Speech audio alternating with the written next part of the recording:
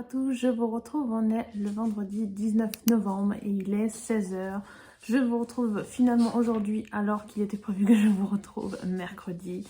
Mais le programme ne s'est pas passé comme prévu et je n'ai pas pu aller à la boutique, je n'ai pas pu y aller hier non plus. Donc je vais sûrement y aller plutôt demain. Et encore, je ne suis pas... Enfin, rien n'est sûr. Donc je vous prendrai bien sûr à ce moment-là. Mais aujourd'hui, j'ai envie de vous montrer justement ce que j'ai ramené de mes petits achats que j'ai fait mardi. Puisque vous l'avez vu normalement dans les images d'avant.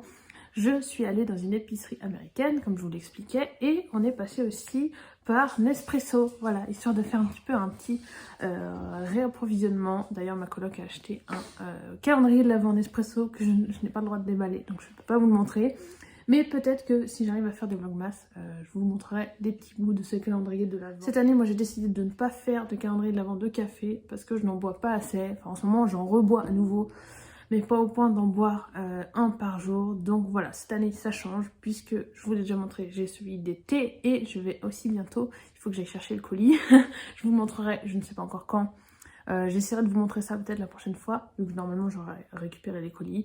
Je vous déballerai mon calendrier de l'Avent Colibri. Voilà, je vous laisse un petit peu le suspense si vous ne connaissez pas la maison Colibri pour comme ça vous verrez ce qu'il y a dedans exactement. Alors je vais commencer maintenant le petit haul épicerie américaine. Alors il y a tout d'abord des boissons. J'ai décidé de tester ceci, donc bon, on voit pas très bien avec le reflet, mais c'est un Fanta, donc Fanta Berry. Alors je pense qu'il doit y avoir au moins de la framboise et du cassis, voilà, myrtille framboise. Voilà, on est bon. Je n'ai jamais goûté le Fanta à cette saveur. Il y en avait plein d'autres d'ailleurs, des différents. Il y avait aussi, je crois, ananas, il y avait aussi pastèque, enfin plein de fruits. Mais le seul qui a vraiment attiré mon attention, c'est celui-ci. Donc bien sûr, je vous en dirai des nouvelles quand je l'aurai goûté. J'ai eu aussi envie de tester ceci. Donc c'est de la marque Beck, c'est un cola organique biologique au sirop d'érable. Voilà, je suis une grande fan de sirop d'érable et je me dis que ça pourrait être sympa, ça pourrait être chouette à goûter. Je sais pas si vraiment ça aura exactement le goût de sirop d'érable, mais pareil, je vous en dirai des nouvelles quand je l'aurai testé, que ce soit ici ou sur Instagram. Ensuite, j'ai craqué pour des petits Reese's. Voilà, en forme de citrouille. J'avais vu ça dans les vidéos de Nina, je crois, ou dans ses stories Instagram, je sais plus. En tout cas, de toute façon, quand je suis arrivée au rayon Reese's de l'épicerie, ça a été dur de choisir.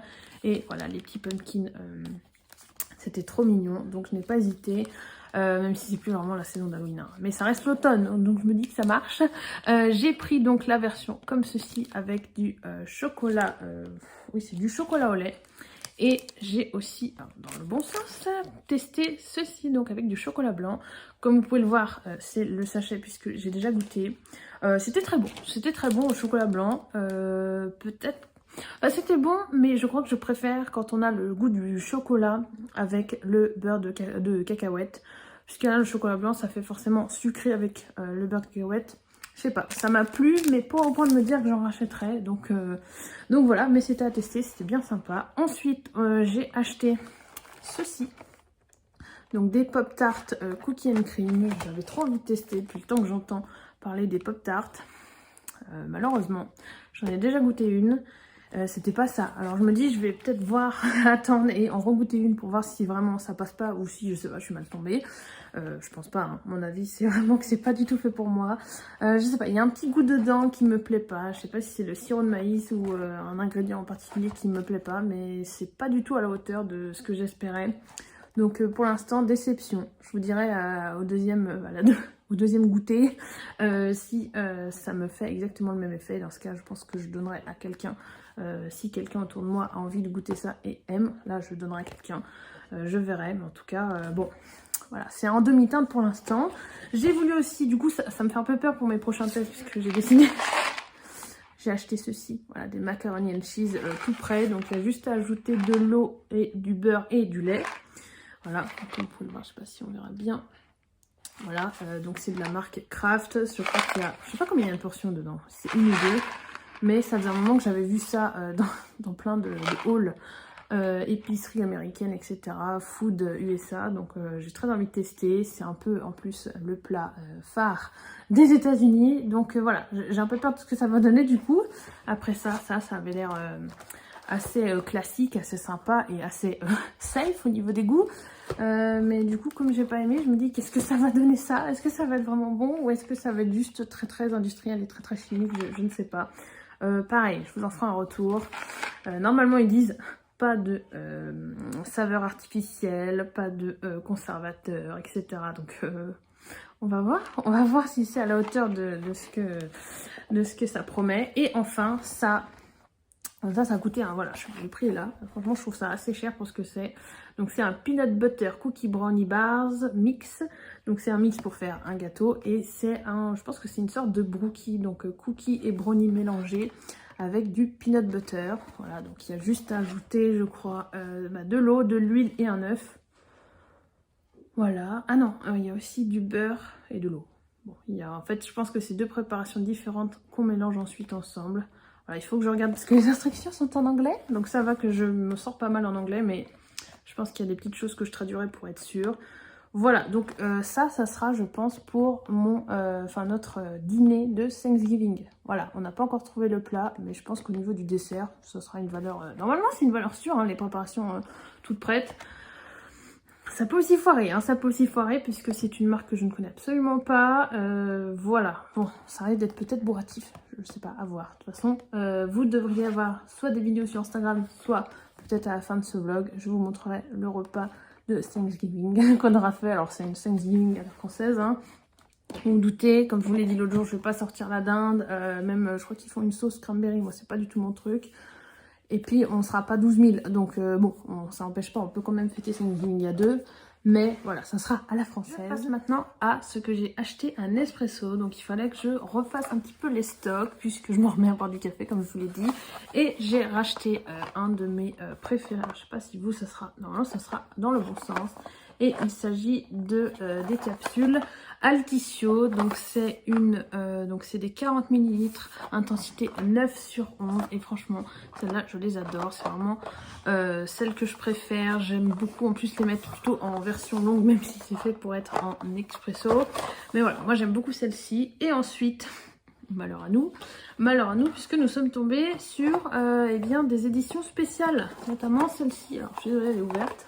Celle-ci, regardez-moi cette beauté. Moi, le orange, ça m'a tout de suite flashé. J'ai dit, oula, qu'est-ce que c'est que ça?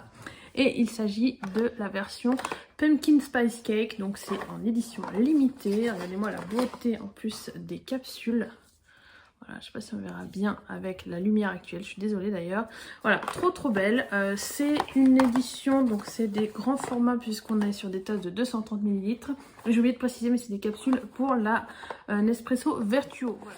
Et ici, donc, 230 ml, comme je vous disais. Et alors, au niveau du descriptif, on a la large variété de notes épicées, relevées principalement par les clous de girofle, la cannelle et la cardamome, se font dans la saveur sucrée de la citrouille pour créer ce mélange onctueux d'arabica, d'Éthiopie, d'Amérique centrale et d'Amérique du Sud. Voilà, donc on est vraiment sur du pumpkin spice latte, on peut pas faire mieux.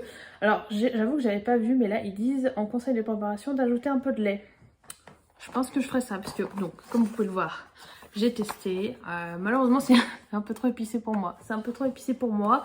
Par contre, ma coloc, elle adore. Donc, c'est très bien. Elle pourra le boire comme ça, pur. Moi, je pense que je vais réessayer avec du lait. Peut-être une mousse de lait comme je fais, vu que j'ai acheté un mousseur récemment. Voir si ça passe un peu mieux. Ou peut-être, je sais pas, ajouter, peut-être, je sais pas, je vais voir. Je vais voir en tout cas, c'est malheureusement, c'est très beau, mais pour moi, un peu trop épicé.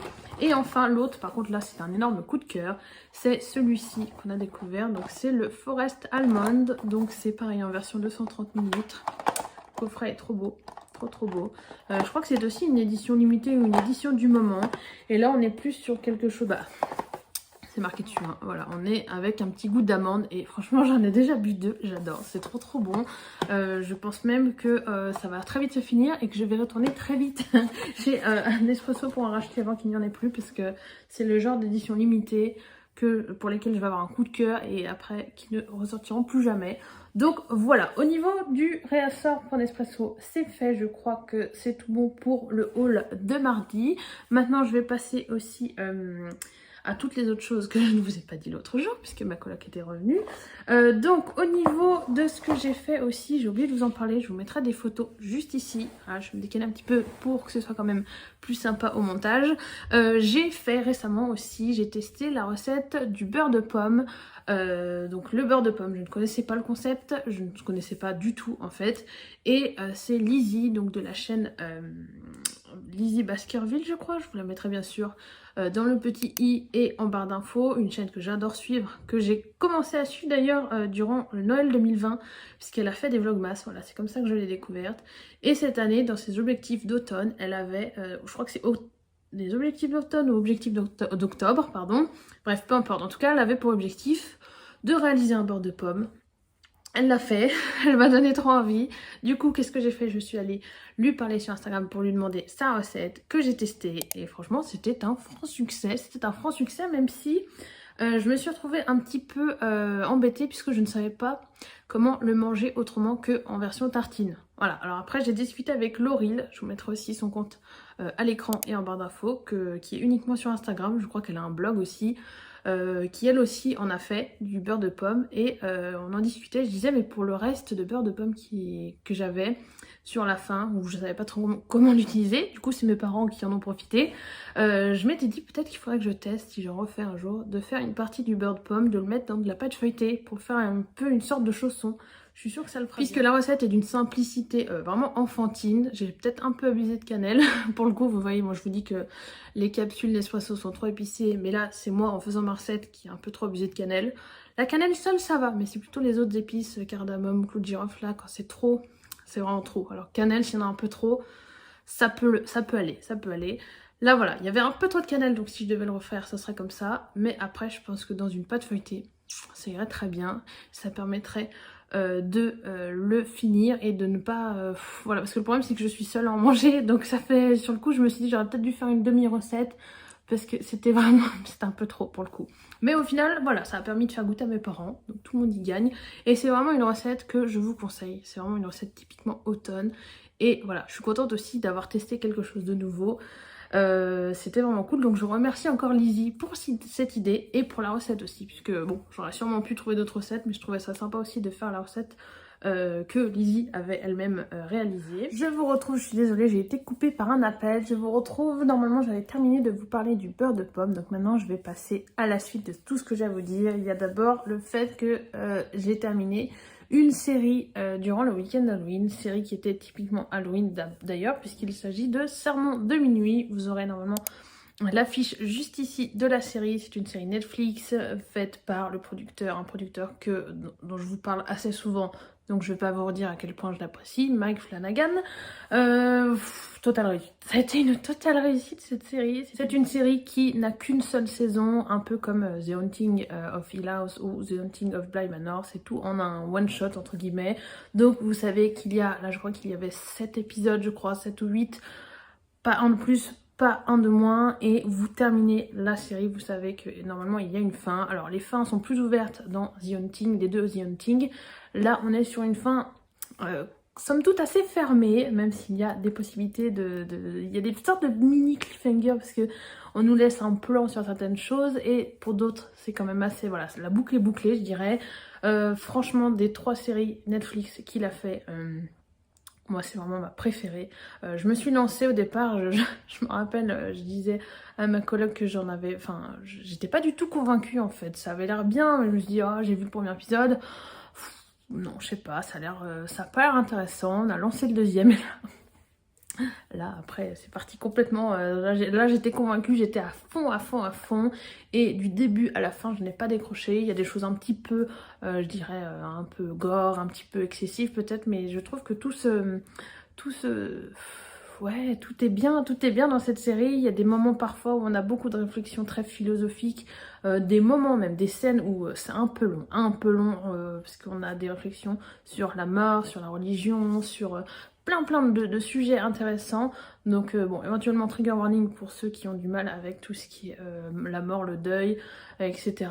Je sais pas si, enfin c'est pas vraiment le sujet principal de cette série, mais c'est quand même quelque chose qui est discuté, enfin surtout dans un épisode en particulier. Il y a un mythe dedans qui est amené dans l'histoire auquel je ne m'attendais pas du tout. Et quand j'ai vu que c'était ça, j'ai dit bingo, bingo. C'est un mythe que j'aime beaucoup. Et là, il est interprété d'une manière auquel je n'avais jamais... en tout cas, je l'avais jamais vu de cette manière-là. On s'appuie donc sur ce côté religieux pour faire passer des messages, pour nous faire comprendre que la religion, ça peut aller aussi très loin dans un sens comme dans un autre. Ça peut faire des choses bien et des choses mal. Voilà, et puis en plus on est emporté par cette ambiance très particulière, c'est sombre, c'est glauque, mais il y a aussi des personnages vraiment excellents, des personnages qu'on aime détester aussi, des personnages qu'on aime apprécier, et du coup certains meurent et on est un petit peu en PLS parce qu'on les aimait bien.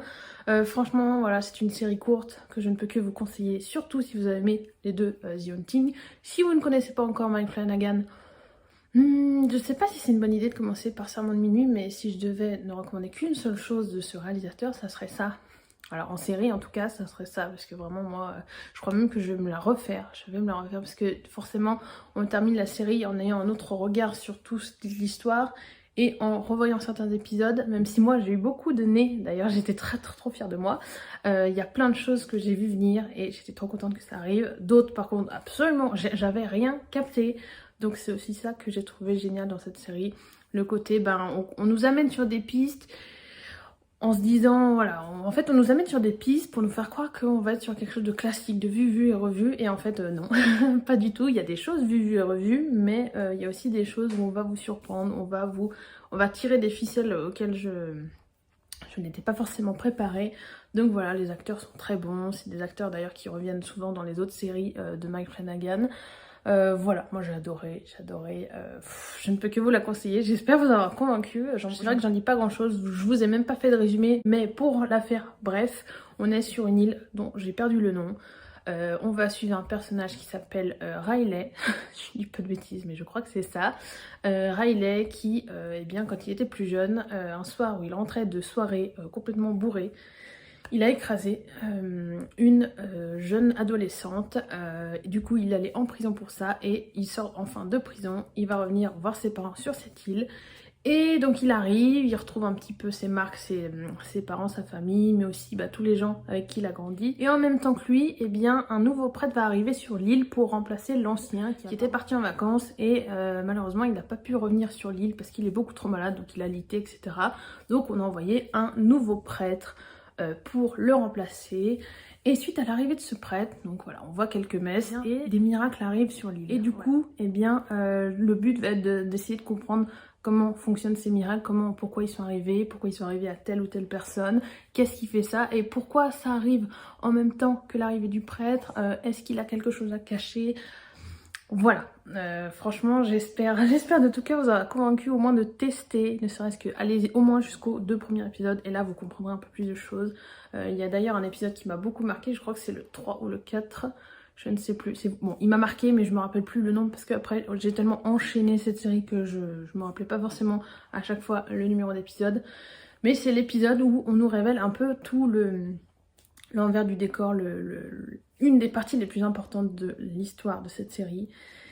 Et c'est tellement bien fait parce qu'on nous donne des petites révélations au début et à la fin, on a tout et là on se dit ah ouais d'accord, et quelles vont être les implications ensuite. Enfin voilà, franchement j'ai adoré, j'ai hâte de me la refaire, je pense que je me la ferai peut-être à l'occasion de Noël ou avant, parce que là vers Noël il va y avoir The Witcher, la saison 2, il faudra que je me refasse la saison 1.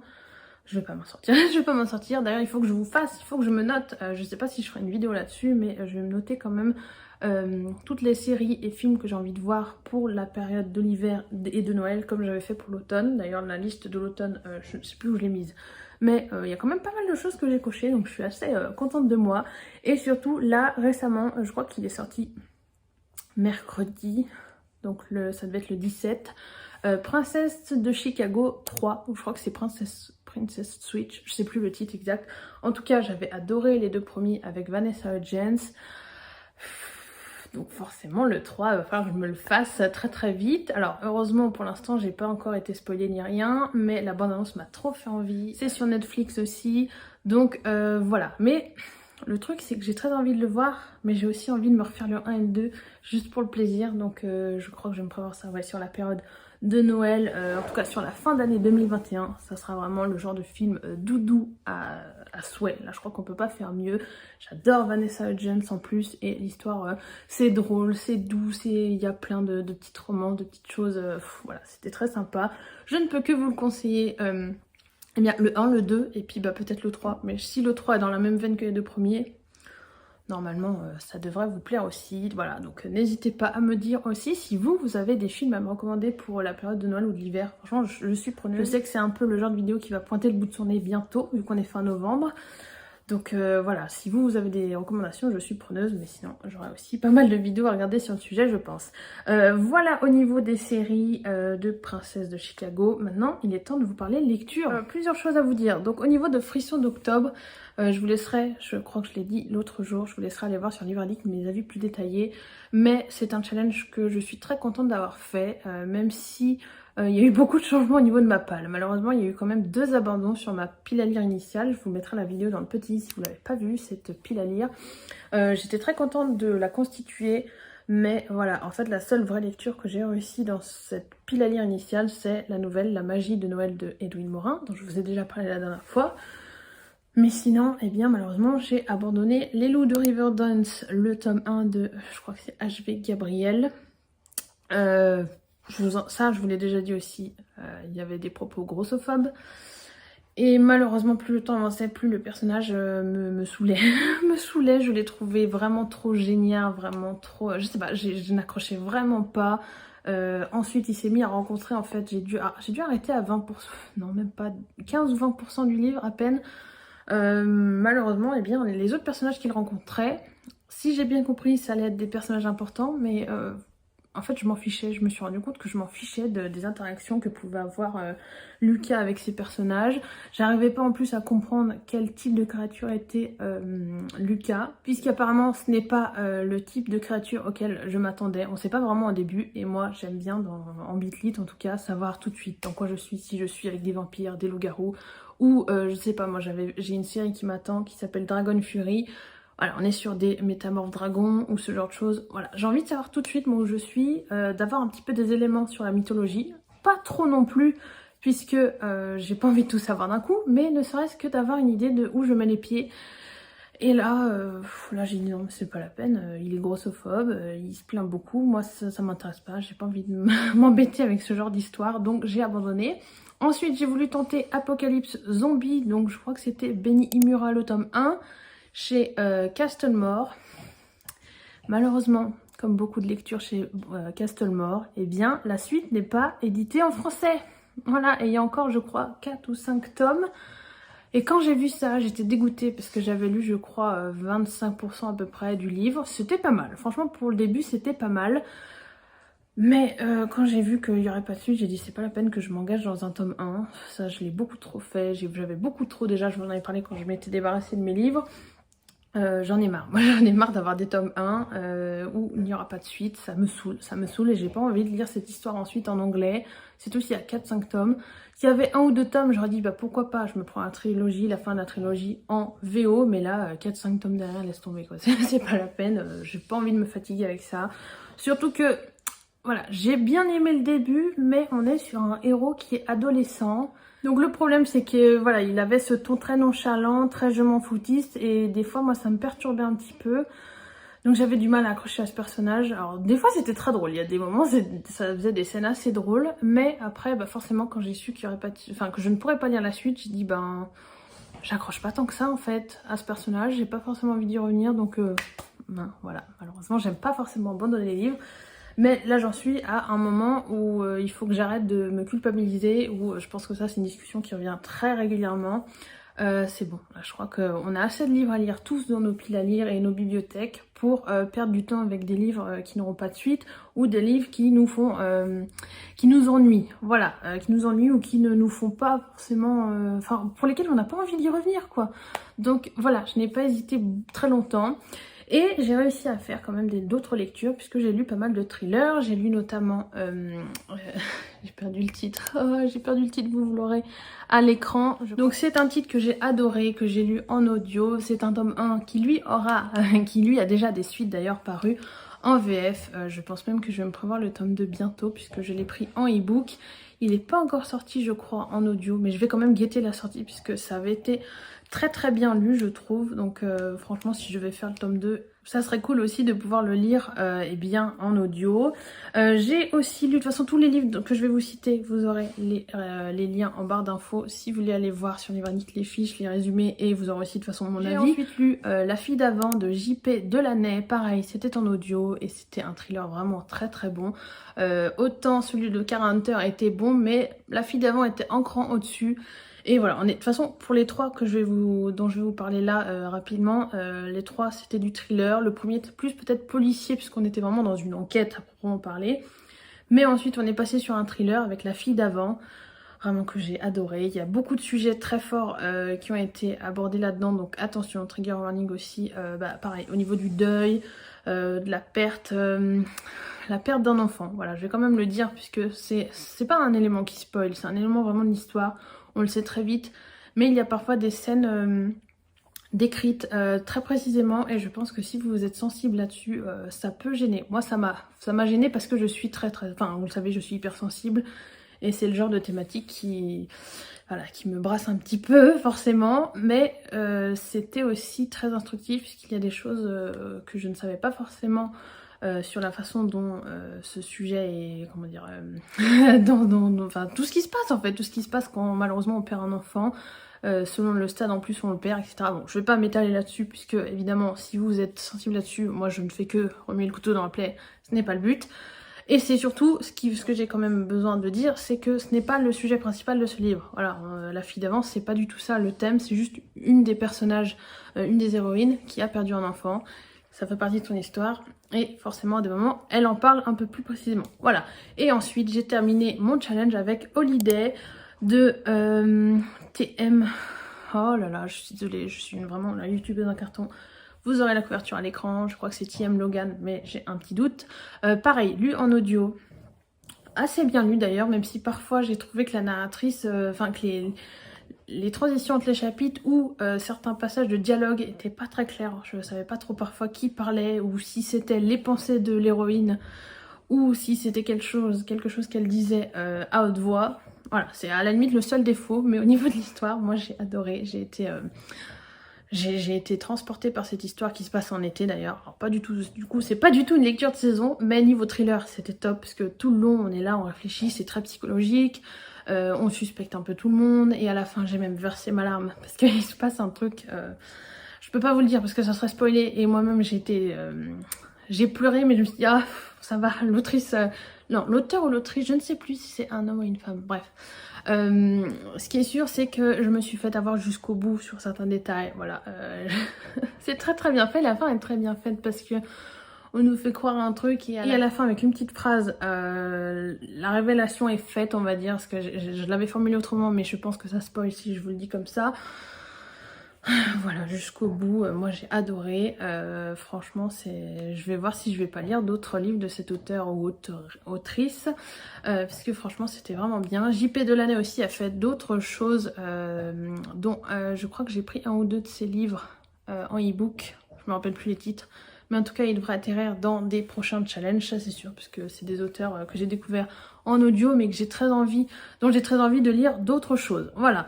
Justement, en parlant de lecture de saison, j'ai envie de faire au moins 2 challenges pour cette transition hiver-Noël, notamment le Cold Winter Challenge, mais le Cold Winter Challenge commence qu'en décembre, 1er décembre. Mais d'ici là, j'ai envie de tenter un autre petit challenge. Donc je vais faire un micmac puisque je vais commencer dès que possible, donc je pense que je vais faire du 20 au 20, comme ça ce sera plus simple. Je devais faire du 15 au 15, mais comme je ne suis pas du tout organisée et que je n'arrive pas à trouver assez de temps pour tout faire ce que j'ai envie de faire, je vais faire ça du 20 au 20, donc à partir de demain, juste du 20 novembre au 20 décembre. Je vais participer au challenge cocooning de Noël, donc c'est alors j'ai pris mes notes parce que je me rappelle plus par cœur. les pseudos donc de Beginning of a Story, de Ma vie de lectrice et de Cloudy's Journal. Je vous mettrai pareil, vous aurez les liens juste dans la barre d'infos juste en dessous. C'est un challenge que j'ai découvert puisque encore une fois pour l'hiver j'avais fait ça pour l'automne, je vous avais fait un post avec des challenges pour la période. Là c'est pareil, j'ai fait un petit peu mon enquête, j'ai rassemblé quelques challenges que j'ai trouvé pour eh bien la période Noël-Hiver et il y a celui-ci qui me tente beaucoup puisqu'il faudrait lire uniquement 4 livres. Alors le challenge cocooning de Noël, lui il a lieu du 15 novembre au 15 janvier 2022. Moi donc j'ai pris le parti de faire un petit bout de ce challenge et ensuite d'enchaîner avec le Cold Winter. Donc voilà, du 20 au 20 ça sera, ou alors peut-être que je ferai tout le mois de décembre cocooning de Noël et tout le mois de janvier jusqu'à février Cold Winter. Je vais voir en tout cas comment je m'organise. Mais voilà, je vais faire une partie donc de ce challenge cocooning de Noël avec une fenêtre au niveau des dates, ce sera plus réduit. J'aurai 4 lectures à faire et ensuite je passerai au Cold Winter. Je pourrais faire les deux en même temps, mais je pense que je vais pas m'en sortir. Donc je préfère faire le focus sur 4 lectures à réussir et ensuite vous faire une vidéo pile à lire pour le Cold Winter. Je vous ferai pas de vidéo pour le challenge cocooning de Noël. Sauf si je me sens pousser des ailes, mais je ne pense pas. Par contre, je vous ferai potentiellement une vidéo bilan de ces lectures-là, ou alors en tout cas je vous en parlerai dans les vlogmas, puisque les consignes sont vraiment chouettes. J'essaierai de vous caler des visuels si j'y arrive ici. Voilà, c'est 3 personnes que je ne connaissais absolument pas, et je suis tombée sur ce challenge complètement par hasard, ce challenge qui est vraiment chouette. Je sais pas si c'est la première année ou pas qu'elles le font, mais en tout cas, si vous ne le connaissiez pas, je suis heureuse de vous en parler pour essayer peut-être de le faire un peu plus connaître. Puisque forcément chaque année on attend tous et toutes, à mon avis, enfin quasiment tous et toutes, pour ceux qui y participent chaque année, un peu comme le Pumpkin Autumn Challenge, et bien le Cold Winter c'est un peu voilà, le challenge. On sait qu'il arrive fin de l'année, on attend toujours avec impatience, enfin moi en tout cas j'attends toujours avec impatience les menus, et je vous mettrai la vidéo de Laure d'ailleurs en barre d'infos où elle propose eh bien les menus de cette année. Franchement ça a l'air trop bien. Donc je sais pas encore comment je vais remplir tous ces menus, mais ce qui est sûr c'est que j'ai très envie de participer au Cold Winter. Ça, il n'y a pas de souci. Moi j'aime bien. Franchement j'aimais beaucoup aussi ce que Margot faisait, mais j'aime beaucoup aussi ce que Laure fait, donc Enluminé. Depuis qu'elle a repris le flambeau, c'est vraiment chouette ce qu'elle fait. Donc voilà, je suis vraiment hyper hypée par tous ces challenges de Noël. Le plus dur ça a été de choisir, puisque à peu près tous ont lieu en même temps. Il y en a qui ont déjà commencé depuis le 13 novembre. D'autres, eh bien voilà, le challenge cocooning de Noël a commencé depuis le 15. Le Cold Winter commence le 1er. Il y en a un autre que j'ai trouvé qui, je crois, commence fin novembre. Enfin bref, voilà, il y a plein de choses. N'hésitez pas à aller voir mon post Instagram si vous voulez de l'inspiration et trouver un autre challenge que le Cold Winter. Voilà, donc j'ai vraiment hâte de pouvoir vous en parler et de faire ma pile à lire surtout. Que ce soit pour le challenge cocooning de Noël ou pour le challenge Cold Winter. Voilà, il faut que je me trouve un créneau. Il faut que je me trouve un créneau pour faire ça, au moins fixer ça. Surtout maintenant que ma pile à lire est clean et qu'elle est beaucoup plus lisible. Je vous dis pas, j'ai fait un tri, j'ai compté l'autre jour. J'ai quand même réduit ma pile à lire de 200 livres. Donc sans compter ceux qui étaient déjà partis. Comme je vous l'ai dit, je vais pas pouvoir vous montrer tous les livres dont je me suis séparée. Mais ne serait-ce que de se dire, il y a quand même moins de 200 livres dans ma bibliothèque. Voilà, vous imaginez à quel point ça fait du ménage. Alors je dis pile à lire, mais j'ai aussi je me suis séparée surtout de livres lus. Voilà, il y en a beaucoup, je sais qu'en fait, je pensais les garder et me dire je les relirais, mais il y en a, je dis c'est pas la peine. Je sais que je les relirai jamais, j'ai beaucoup apprécié, j'ai beaucoup de souvenirs avec, mais pas au point de les relire. C'est plus du tout dans mes goûts.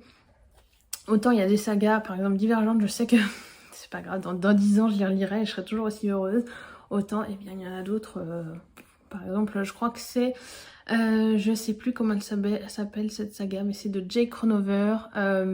J'ai perdu complètement le nom de cette saga, je suis désolée. Je vous mettrai quelques tomes à l'écran, avec on suit à chaque fois un des personnages, donc il y en a, ils sont jumeaux, il y en a... l'autre c'est le meilleur ami de l'un, après les autres ils font partie d'un salon de tatouage, donc ils sont les collègues, etc. À chaque fois on suivait un homme et la romance qu'il avait avec une femme, donc soit qu'il rencontrait, soit qui faisait déjà partie du groupe, bref. Ce genre de série, alors j'avais beaucoup aimé à l'époque, j'avais découvert ça en plus en VO. Pour autant, non. Je sais que je ne relirai pas, j'en ai pas forcément un souvenir impérissable, mais voilà, je me dis que c'est pas une série que j'aurais envie de relire, donc je sais pas si ça va être vendable sur Vinted, mais surtout que j'ai la saga complète en VO. avec les mêmes couvertures. Mais voilà, si je trouve preneur ou preneuse, très bien, sinon bah tant pis, ça partira en boîte à livres. Mais voilà, c'est le genre de saga, je sais que je ne les relirai pas, je préfère trouver de nouvelles romances. Alors je dis romance, mais ça peut être aussi pour n'importe quelle autre série. J'ai hésité beaucoup à me séparer de La Maison de la Nuit, donc de PC Cast et Christine Cast. Pour l'instant, ils sont toujours dans ma bibliothèque. J'avais tellement aimé, en fait j'avais énormément aimé cette saga, même si 12 tomes c'était bien trop long. Il y avait beaucoup de longueur malheureusement dans cette série et quand même certains défauts. Mais toute cette histoire de magie autour des éléments, moi j'avais adoré. Donc voilà, pour l'instant c'est toujours dans la bibliothèque. Peut-être qu'un jour je m'en séparerai. Mais bon, ce qui compte c'est que là je me suis délestée de 200 livres et que du coup ma pile à lire est plus claire, c'est mieux rangé dans la bibliothèque aussi. Alors pour l'instant actuellement c'est rangé un peu n'importe comment puisque c'est juste, voilà. J'ai rempli les étagères et pour faire mon tri, et plus tard je pense que je reverrai comment je range exactement les livres, si je les mets par maison d'édition, par taille, par machin, etc. Ça j'ai pas du tout réfléchi, ou si je fais une rainbow, mais ça j'ai jamais eu le courage. Donc bref, voilà, tout ce que je voulais dire, je me suis encore perdue, c'est terrible, hein. Je digresse tout le temps. Donc voilà, je vous tiens au courant pour ma pile à lire, mes 2 piles à lire pour ces 2 challenges.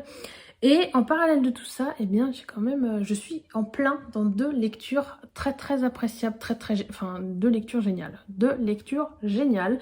Il y a d'abord Dune, le tome 1 et 2 qui sont réunis en un seul volume en audio, lu par, je crois que c'est Benjamin Jungers.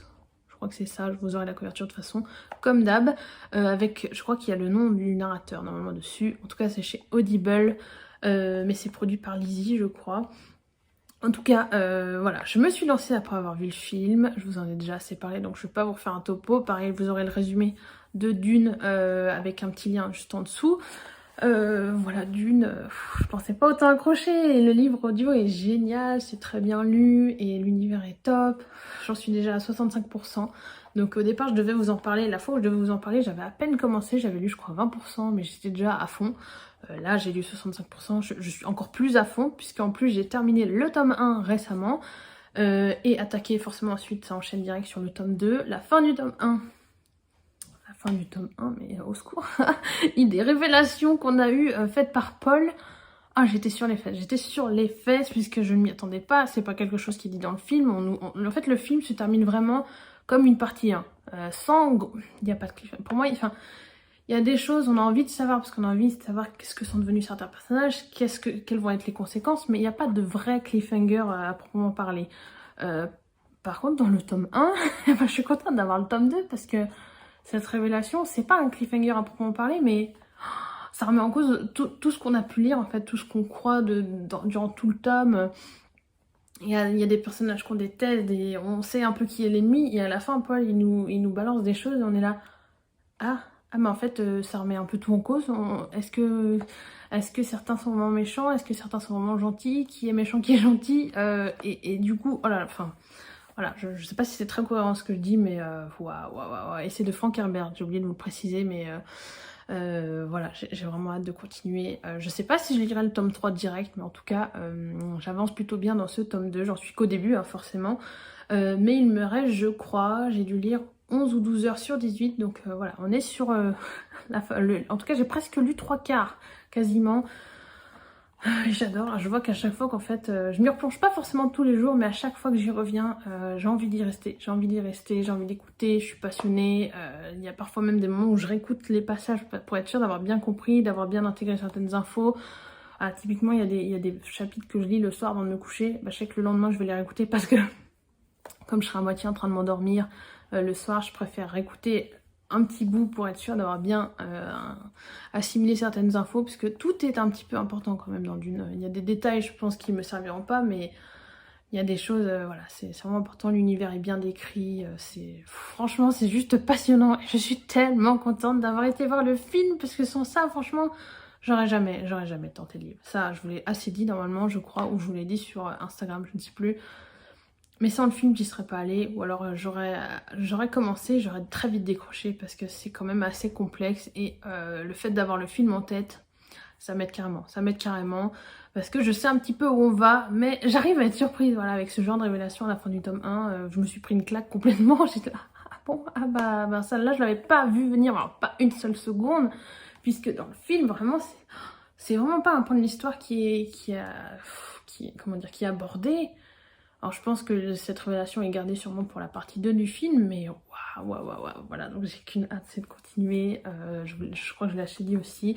Et ensuite il y a, alors est-ce que je vais arriver à allumer ma liseuse pour vous le montrer, une lecture que je suis en train de faire en e-book, voilà, vous vous doutez si j'allume ma liseuse, alors, merci Amandine pour cette, fulgurance. Lecture, donc j'en suis à 55%, ça n'a pas encore beaucoup avancé récemment, en plus je me suis arrêtée en milieu de chapitre, tout ce que je déteste, mais je sais exactement où je me suis arrêtée, donc il faudrait vraiment que je reprenne, hein, mais c'est pareil, je trouve pas le temps de lire. Je ne trouve pas le temps de lire, c'est assez... Enfin, en tout cas, je ne trouve pas le temps de lire en e-book, parce qu'en audio, ça va forcément plus vite. Dès que je prends la voiture, ça y est, on est dedans. Je suis en train de lire Le poids des sentiments. Je vais vous mettre la couverture tout de suite, hop. Si j'arrive, de N.R. Walker. Voilà. Donc 55%, je crois que c'est ça, 55%. Voilà, c'est ça, 55% lu, donc je me suis arrêtée, comme je vous l'ai dit, en plein milieu d'un chapitre. Il faudra au moins que je prenne le temps de finir ce chapitre. N.R. Walker, donc, a écrit cette histoire qui est une romance MM entre Henry et Reed. Henry qui est un personnage, alors je crois pas qu'il soit obèse, il est en grand surpoids, et malheureusement il s'est fait quitter par son mec, qui lui a dit, écoute, tu es trop vieux, tu es trop gros, je ne veux plus de toi, je me casse. Voilà, enfin, je sais plus s'il a utilisé exactement ces mots-là, mais en tout cas, il l'a quitté pour ces raisons-là, et c'est assez horrible de dire ça à quelqu'un, quoi qu'il arrive, et puis de le quitter pour ça, enfin, bref. Du coup, eh bien, Henry, après avoir été quitté par Graham, son ex, il est détruit, il est un petit peu détruit quand même, parce que, lui, il pensait que tout allait bien dans son couple, ça arrive, bam, en plus on lui reproche d'être trop gros, trop vieux, etc. Donc lui, il se dit, bon... Mon objectif maintenant, je vais aller m'inscrire à la salle, je vais perdre du poids, mincir, me remuscler pour récupérer mon ex. Voilà, donc on est là-dessus. Et il va rencontrer Reed, qui va devenir son coach sportif. Et là, forcément, voilà, on sait qu'ils vont finir ensemble, mais toute la question est de savoir comment.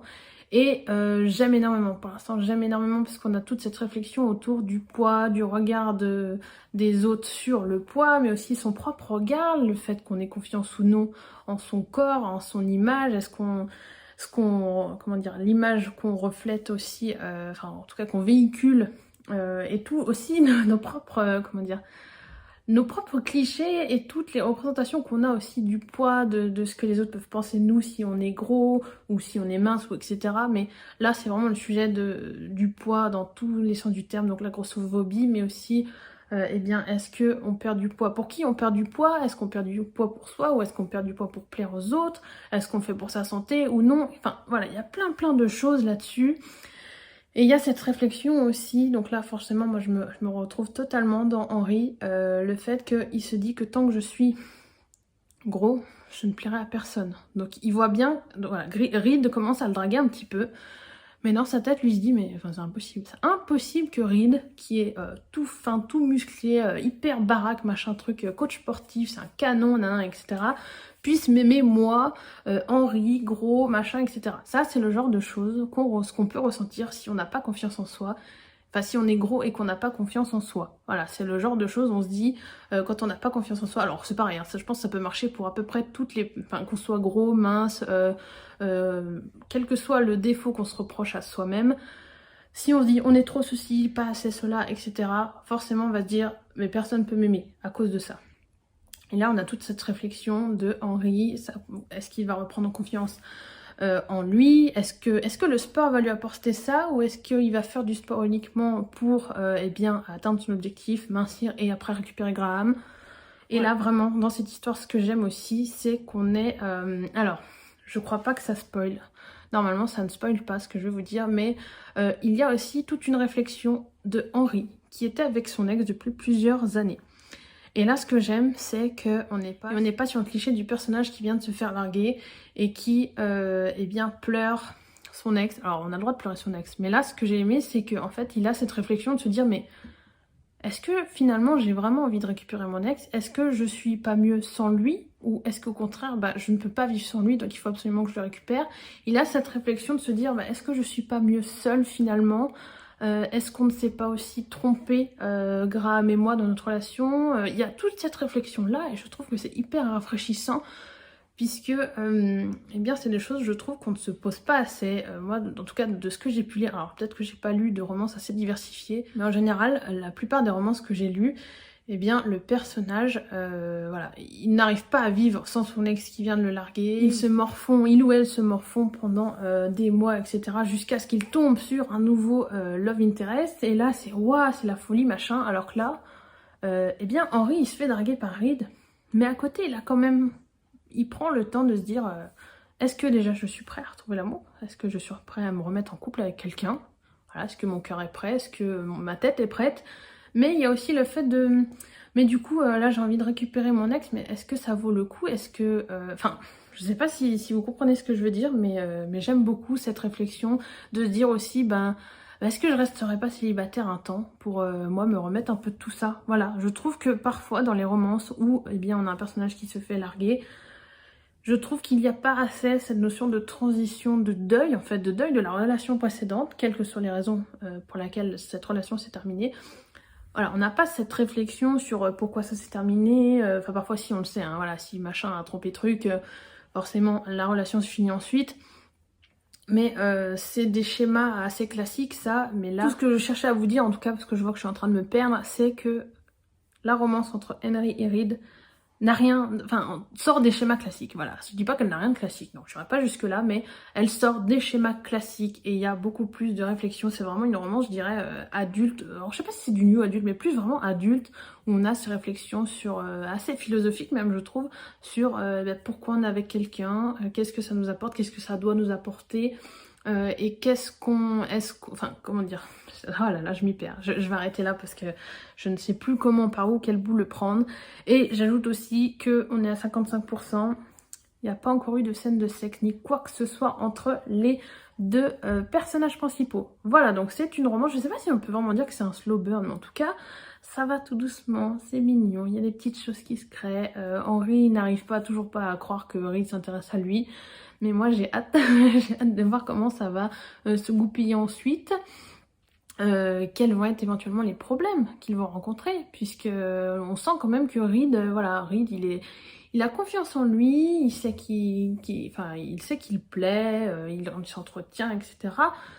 Mais j'ai envie de savoir s'il a aussi des petites failles, Reed, parce que là, moi, je connais un petit peu les failles de Henry, mais Reed, j'ai envie de savoir. J'aurais bien aimé d'ailleurs qu'il y ait le point de vue de Reed, mais bon, j'en demande un peu trop, hein. Malheureusement, ça c'est écrit comme ça, je ne peux rien y faire. Mais voilà, franchement, j'ai hâte de voir la suite et pareil, c'est tellement un titre qui a été recommandé et re-recommandé. J'avais peur en le commençant, mais là, je ne regrette pas. J'ai hâte de pouvoir vous en parler et de vous dire si j'ai vraiment aimé la fin de ce livre, mais je trouve que c'est quand même bien parti, hein. C'est bien parti. Et je me garderai surtout, si j'ai aimé ce titre, je garderai la petite nouvelle. Donc je crois que c'est un Noël à la sauce Henry, donc de Henry Walker toujours. Clairement la nouvelle elle atterrira dans ma pile à lire du Cold Winter ou de Cocooning de Noël. Voilà, ça c'est sûr et certain. Si j'ai aimé Le poids des sentiments, je me garde la petite nouvelle pour les fêtes parce que franchement je serai très contente en plus de retrouver ces personnages-là, puisque d'après ce que j'ai compris, beaucoup de gens ont du mal à les quitter à la fin du livre, donc bon ça c'est souvent ça quand on s'attache vraiment au personnage. Donc voilà, écoutez, je vous en parlerai plus tard dès que j'aurai continué ces deux lectures. En tout cas, vous pouvez le voir, ce sont deux lectures qui m'enthousiasment énormément et ça fait du bien, ne serait-ce que de replonger dans un univers que je ne connaissais pas, que je découvre. Qui est absolument oufissime, qui change en plus puisqu'on est dans de la SF, ce que je n'ai pas lu depuis un bon moment. Et surtout, c'est un univers qui me passionne. Et ça, franchement, ça faisait un moment que ça m'était pas arrivé d'avoir un univers qui me passionne, puisque j'arrivais à être passionnée par des petites romances ou des thrillers ou etc. Mais c'est pas pareil de se dire que de se dire, là voilà, avec Dune, j'ai lu un tome 1, genre, je suis sur le tome 2, je rentre dans un univers qui m'est inconnu avant, qui me passionne et sur lequel j'ai encore énormément de choses à découvrir, voilà. Donc top. Et voilà, Le poids des sentiments, un classique qui traîne dans ma pile à lire depuis tellement longtemps, et bah voilà, ça y est, je l'ai enfin sorti. Donc j'espère que ça va continuer, parce que ça fait du bien. Voilà, écoutez, je crois que je vous ai tout dit pour aujourd'hui. aujourd'hui. Voilà, c'était une petite partie de vlog assez très posée avec plein de choses à vous dire, des choses à vous montrer, des lectures dont je devais vous parler. J'espère, comme toujours, que ça vous plaît ces petits vlogs. Là, il faut vraiment que je me bouge les fesses pour le montage. Parce que c'est une vraie catastrophe. Au niveau du montage, je ne m'en sors pas. Donc il va falloir que je donne un petit coup de boost et que j'organise les vlogmas. Ça, je vous en ai parlé l'autre jour. Donc je ne vais pas vous refaire le topo.